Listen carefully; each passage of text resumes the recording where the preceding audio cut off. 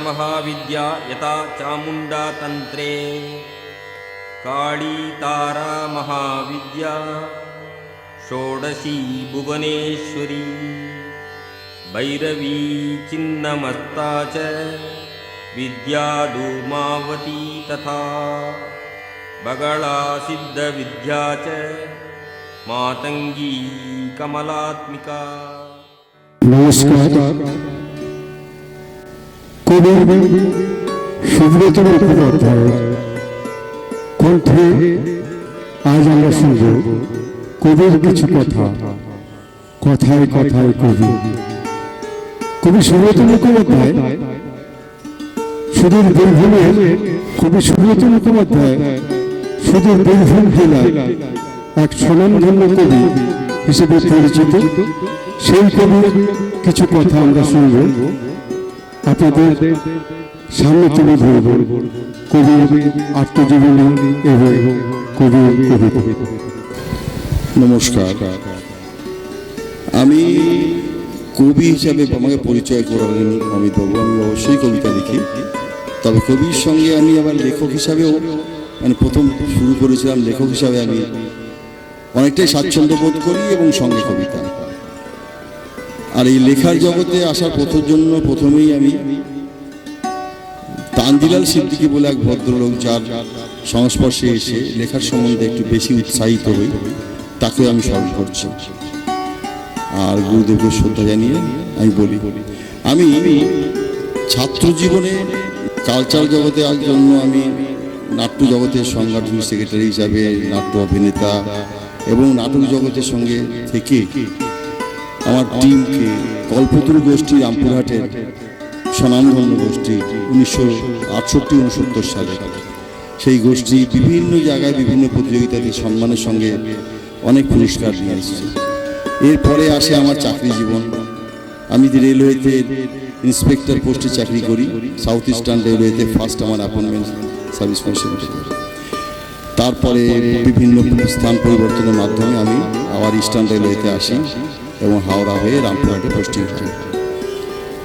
পড়াশোনার জগৎ শেষ হয়েছে, চাকরি জগৎ শেষ হয়েছে, সাংসারিক জগতে দায়িত্ব সেটাকেও শেষ করলাম। করার পর আজ আমার ছেলে মেয়ে প্রতিষ্ঠিত এবং আমি নিজেকে যখন একটু রিল্যাক্স মনে করলাম, তখন আমার পুরোনো দিনের কথা মনে পড়লো। পুরনো পড়াশোনাও করলাম, অর্থাৎ আমার ইনকমপ্লিট লটাও কমপ্লিট করে এই লেখালেখির জগতে এলাম। সাংস্কৃতিক জগতে, নাট্য জগতের দিকে আর গেলাম না। এই পয়সা ওটা অতটা মানায় না।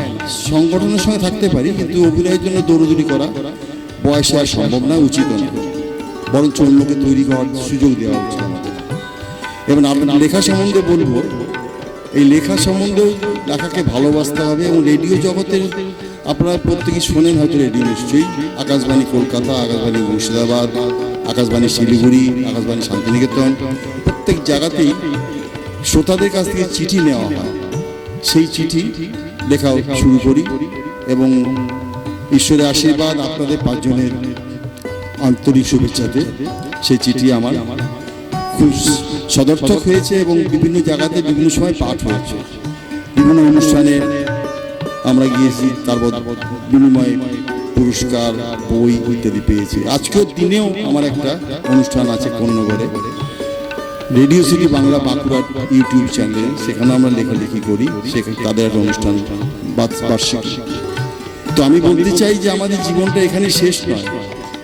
পেশাগত জগতে থাকার সত্ত্বেও যদি চালিয়ে যেতে পারি অত্যন্ত সুন্দর।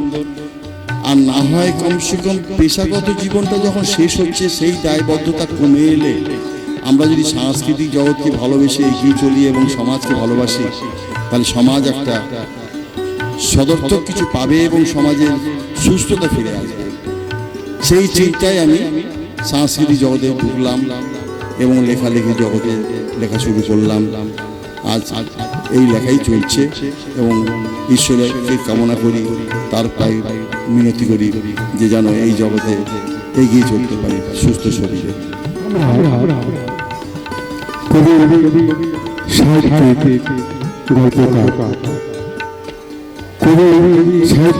সুব্রত মুখোপাধ্যায়ের কাছে শুনলাম তার নিজস্ব কিছু লেখা। প্রতিদিন পাঠ হয়, সেরকম জায়গাতে আমি একটা চিঠি পাঠিয়েছিলাম গত ফেব্রুয়ারি মাসের 1 তারিখে। আমার লেখা পাঠ করে শোনাচ্ছি। প্রিয় আনন্দধারা, শুভেচ্ছা নিয়ে হিমশীতল ফেব্রুয়ারি। এই ফেব্রুয়ারি মাসের হালকা শীতে আমরা একটু আশেপাশে তাকালে এখনো পিকনিকের রেশ অনুভব করি, যাকে সবাই বনভোজন বা চড়ুইভাতিও বলে।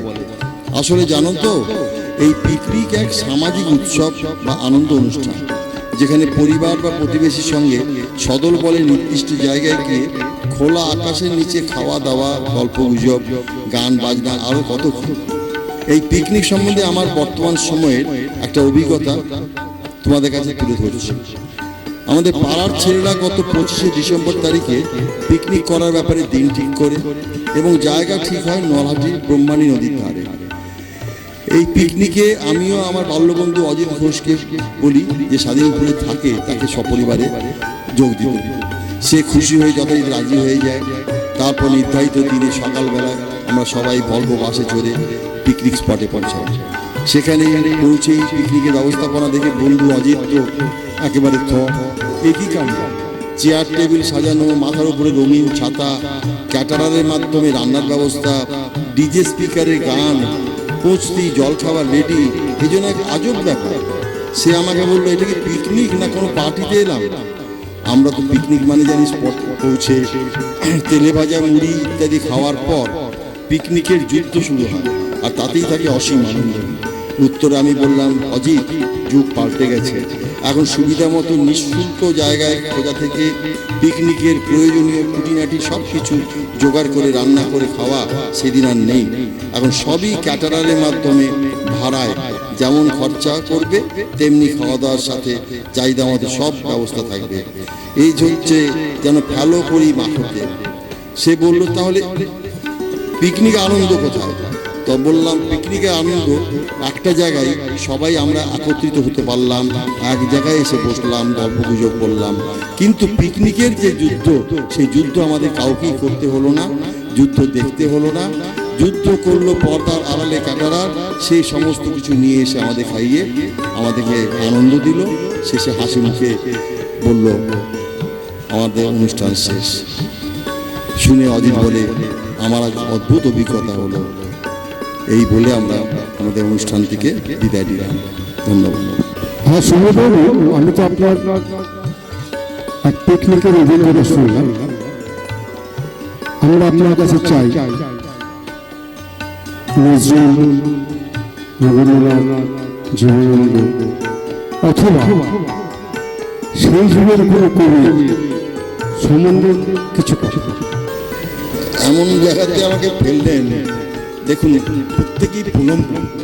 ওনাদের সম্বন্ধে কিছু বলার মতো বক্তব্য আমি কি রাখবো, কারণ ওনাদের বলার সীমাহীন ওনাদের গুণ, সেই গুণাবলী কতটা তুলে ধরতে পারে। প্রথমে যদি আমি বিশ্বকবিকে তুলি, বিশ্বকবি পায়ে স্মরণ করি।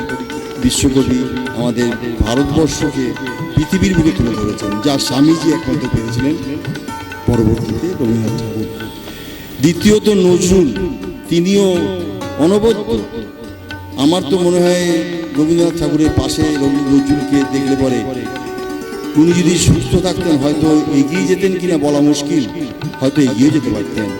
ওনার আসল জীবন তো স্তব্ধ হয়ে যায় 42 বছর বয়সে, যখন মানুষের মধ্যে ম্যাচুরিটি আসে এবং লেখনী আরও বেড়ে যায়। আগের কথা বলে আমি রবীন্দ্রনাথ ঠাকুর ছোট করলাম না, কিন্তু অনবদ্য কীর্তি রবি ঠাকুরের, অনবদ্য কীর্তি, নোবেল প্রাইজ পাওয়া। তার পাশে নজরুল অনবদ্য। তিনি তো বিদ্রোহী কবি নাই পরিচিত, একজন বিশ্বকবি, একজন বিদ্রোহী কবি। তবে এর ঊর্ধ্বেও গিয়ে আমি কিন্তু আরেকজনকে ভীষণ ভালোবাসি, তিনি হচ্ছেন মাইকেল মধুসূদন দত্ত। মাইকেল মধুসূদন দত্ত হয়তো ওনার চিন্তাধারার সঙ্গে কিছু একটু হেরফের থাকলে উনি হয়তো সেই জন্য পুরোপুরি সার্থক হয়ে উঠতে পারেননি। মানে ওনার যোগ্যতা ছিল, যথার্থ শিক্ষিত, ব্যারিস্টারি করেছেন, আইনজীবী ছিলেন, কিন্তু ওনার লেখনীর একটাই ধারা ছিল, আমি ইংরেজি কবি হব। এই চিন্তাধারা নিয়ে উনি বিদেশে গেলেন। বিদেশে গিয়ে অনেক অসুবিধা ফেস করলেন, আবার ফিরে এলেন ভারতবর্ষে। ভারতবর্ষে এসে ওনার লেখার মাধ্যমে অমিত্রাক্ষর ছন্দ বলে একটা নতুন জিনিস তৈরি করলেন। এছাড়া 14 লাইনের কবিতা, সনেট, এগুলো তারই সৃষ্টি। তাই আজকে এই বছরে ওনার 200বর্ষ চলছে জন্মদিনে, তাই সেই দিনে ওনাকেও আমি স্মরণ করি এবং শ্রদ্ধা জানাই। 3 কবিকেই, লেখককেই আমি শ্রদ্ধা জানিয়ে আমার বক্তব্য শেষ করি। ধন্যবাদ কবি সুব্রত মুখোপাধ্যায়কে। আগামীতে আমরা আবার মিলিত হব, আবার কবি সুব্রত মুখোপাধ্যায়ের কাছে শুনব আমাদের তার অমূল্য বাণী এবং অমূল্য সৃষ্টি ও প্রীতির জন্য। ধন্যবাদ।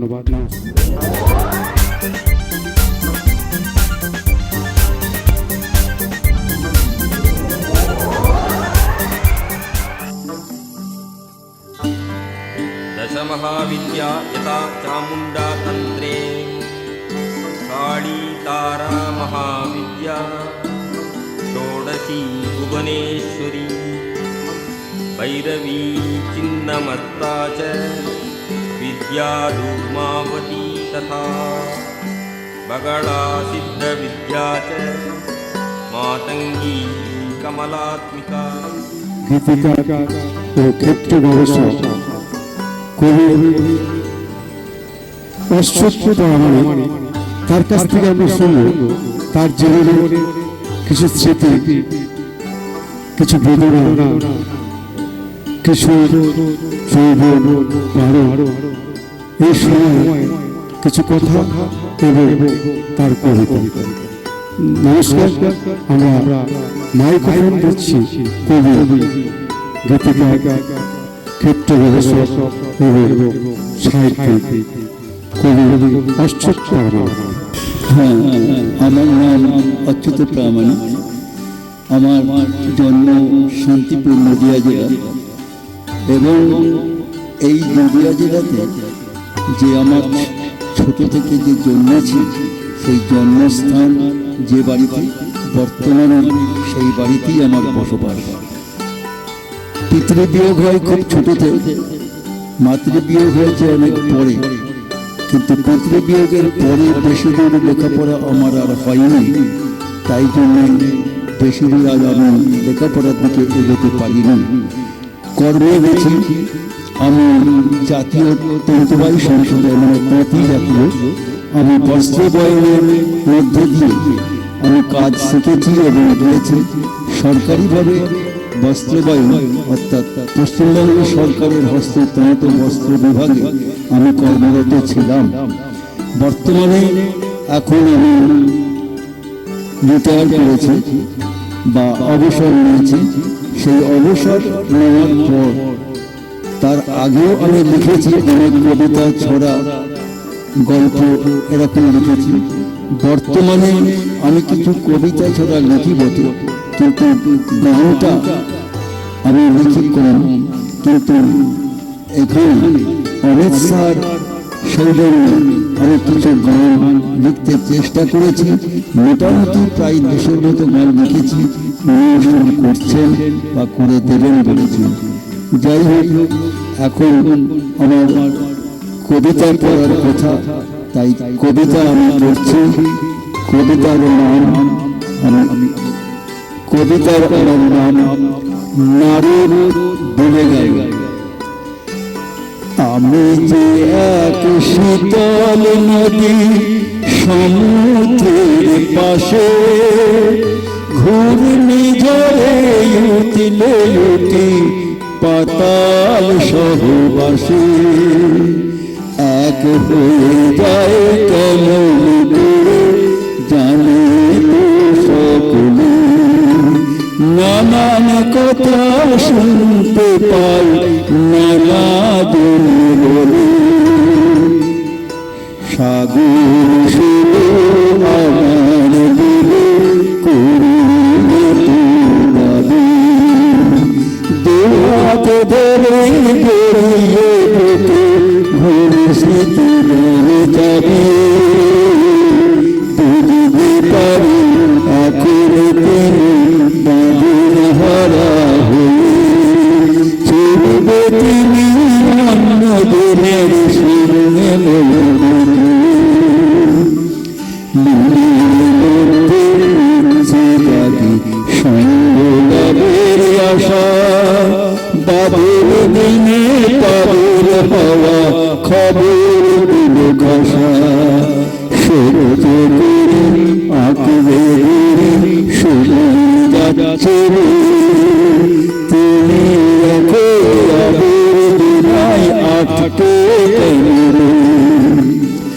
সমাজ সেবা করার তোরে গড়াই আসি যায় সুযোগ পেলে পেটের ছেলে রত্ন তুলে তাই মরবে তুই করেছি এবার থেকে সবে বছর বছর করবে তবে ঘূর্ণি ঝড় হবে আমাদের বুকের উপর এত অত্যাচার শুনব না কারোর কথা জল পাবে না লুকিয়ে যাব মাটির নিচে ফুলব বেঁচেছিল এখন থেকে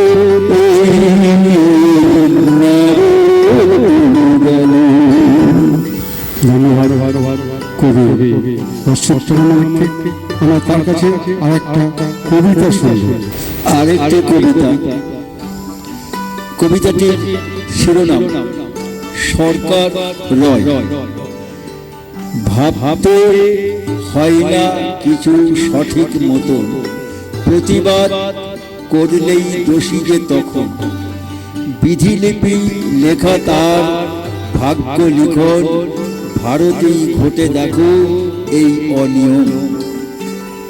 দেখা যাবে কত কিছু আছে তার ভুল, পাকেতে পদ্ম ফোটে যেন শ্বেত পদ্ম ফুল।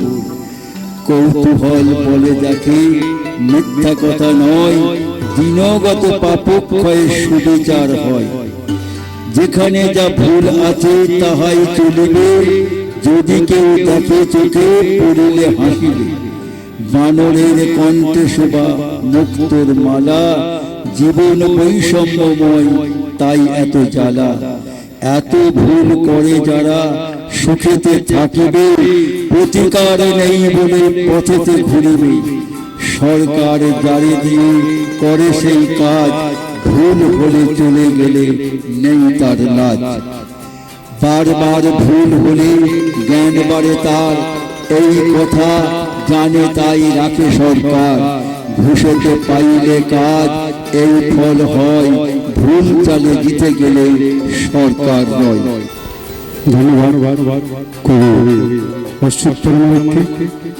আমরা আরেকটা কবিতা তার কাছে শুনব, তারপরে আমরা তাকে বিদায় জানাবো। আরেকটা কবিতা অবশ্যই আমরা কবি অশ্বত্থনাথের কাছে শুনব। এই কবিতাটির শিরোনাম আছে শুধু খাঁটি। ভেজাল ছাড়া হয় না কিছু এমন দেশেতে, ফলে ভেজাল, জলে ভেজাল, ভেজাল কথাতে শিক্ষা ভেজাল, দীক্ষা ভেজাল, ভেজাল মাস্টার, ওষুধ ভেজাল, পুত্র ভেজাল, ভেজাল ডাক্তার। ধর্ম ভেজাল, কর্ম ভেজাল, ভেজাল শিক্ষাগুরু, ভেজাল দিতে শিক্ষা নীতি চাই সবেতে গুরু। গণতন্ত্রে ভেজাল, রাজতন্ত্রে ভেজাল, ভেজালে ভরা দেশ, বাদ্য ভেজাল, খাদ্য ভেজাল, মানব বুদ্ধি শেষ। ভেজালের এই জমানায় আছে শুধু খাঁটি গান, কবিতা, সাহিত্য আর স্বচ্ছ দেশের মাটি। নমস্কার। ধন্যবাদ কবি গীতিকার ক্ষেত্রদর্শক অশ্বত্থনাথকে। আমরা আবার কখনো এইভাবে এইখানে দেখা হবে তার সাথে।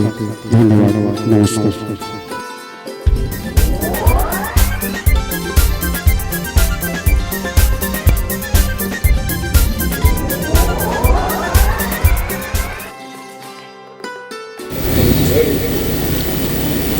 নমস্কার। আজকে আমরা যে কবির সাথে আপনাদের পরিচয় ঘটাবো, সেই কবি নদিয়ার শ্রেষ্ঠতম একজন কবি, গল্পকার ও সাহিত্যিক। কবির জন্ম 1953 সালের 7 ফেব্রুয়ারি কলকাতার দর্জিপাড়ায়। কবি, গল্পকার কবি গণেশ চন্দ্র হাজারি নদিয়ার কৃষ্ণগঞ্জ থানার অধীনস্থ তিন্নি গ্রামে বসবাস ছিল বর্তমানে নদীয়া রানাঘাটে দয়ালনগরের স্থায়ী বাসিন্দা। পিতা জানকীনাথ হাজারি এবং মাতা নির্মলাদেবীর প্রথম পুত্র গল্পকার কবি সাহিত্যিক গিরিশচন্দ্র হাজারি। গিরিশচন্দ্র হাজারি ছাত্র অবস্থা থেকে তার সাহিত্যের প্রতি গভীর অনুরাগ ছিল। লেখক নিজে 1957 সালে বাণিজ্য বিভাগে শনাক্ত হন। কবির গল্পকারের দৃষ্টিতে বর্তমান সময়ের ঘটনাবহুল অবক্ষয়ে প্রাপ্ত সমাজের কোনো এগিয়ে যায়নি। স্বাধীন চেতা কবি গল্পকার হিসেবে মনুষ্যত্বের অসম্মান লেখক গিরিশচন্দ্র হাজারির কলমে মেনে নিতে পারে। প্রতি কবিতা গল্পের মধ্যে তিনি একটি বিশেষ বার্তা সমাজকে দিয়েছেন। 1979 সালে মুসাফির নামক একটি গল্পের জন্য পশ্চিমবঙ্গ সরকারের যুব কল্যাণ দপ্তর থেকে একটি পুরস্কৃত হয়েছিল। লেখক শ্রীমতী সেলিমা হাজারি লেখককে লেখালেখিতে বিশেষভাবে সহযোগিতা করে। তার অগণিত কাব্যগ্রন্থ আমরা এক এক করে পেয়েছি। তার মধ্যে গল্পকারে প্রকাশিত 6টি কাব্যগ্রন্থ ও 3টি গল্প সংকলন প্রকাশিত হয়েছে। আমরা শুনব কবি, সাহিত্যিক, গীতিকার এবং ছড়াকার, গল্পকার কবি গিরিশচন্দ্র হাজারি কিছু কথা। নমস্কার। কবিতা এবং গল্প আমার এক বন্ধু, তিনি আর এই জগতে নেই, বাড়ি তার বেলঘড়াইতেই ছিল। সে আমাকে ইনসিস্ট করেছিল এগুলো করার জন্য। আমি যখন কবিতা লিখি, সে আমার লেখার ধরন দেখে তার মনে হয়েছিল যে হয়তো আমি আর একটু ভালো লিখতে পারবো। তো আমি চেষ্টা করেছি। রানাঘাট বাসীরা আমাকে সম্মানিত করেছে, পুরস্কৃত করেছেন কবিতার উপরে। আবার এই কবিতাই আমাকে অনেক দূর পর্যন্ত টেনে নিয়ে এসছে আপনাদের কাছে। কারণ আমি শিখেছি কবিতা মানুষের কথা বলে, কবিতা জীবনের কথা বলে, কবিতা সমাজের কথা বলে এবং কবিতা সময়ের কথাও বলে। গল্পের মধ্যে দিয়ে মানুষের কাছাকাছি পৌঁছানো যায়, কিন্তু কবিতার মধ্যে দিয়েও মানুষের কাছাকাছি পৌঁছানো যায়। মানুষকে নিয়ে ভাবনা হয়, চিন্তা হয়, নতুন পথ দেখায়। কবিতাই মানুষকে আগামী প্রজন্মের জন্য কিছু করে রেখে যেতে পারে।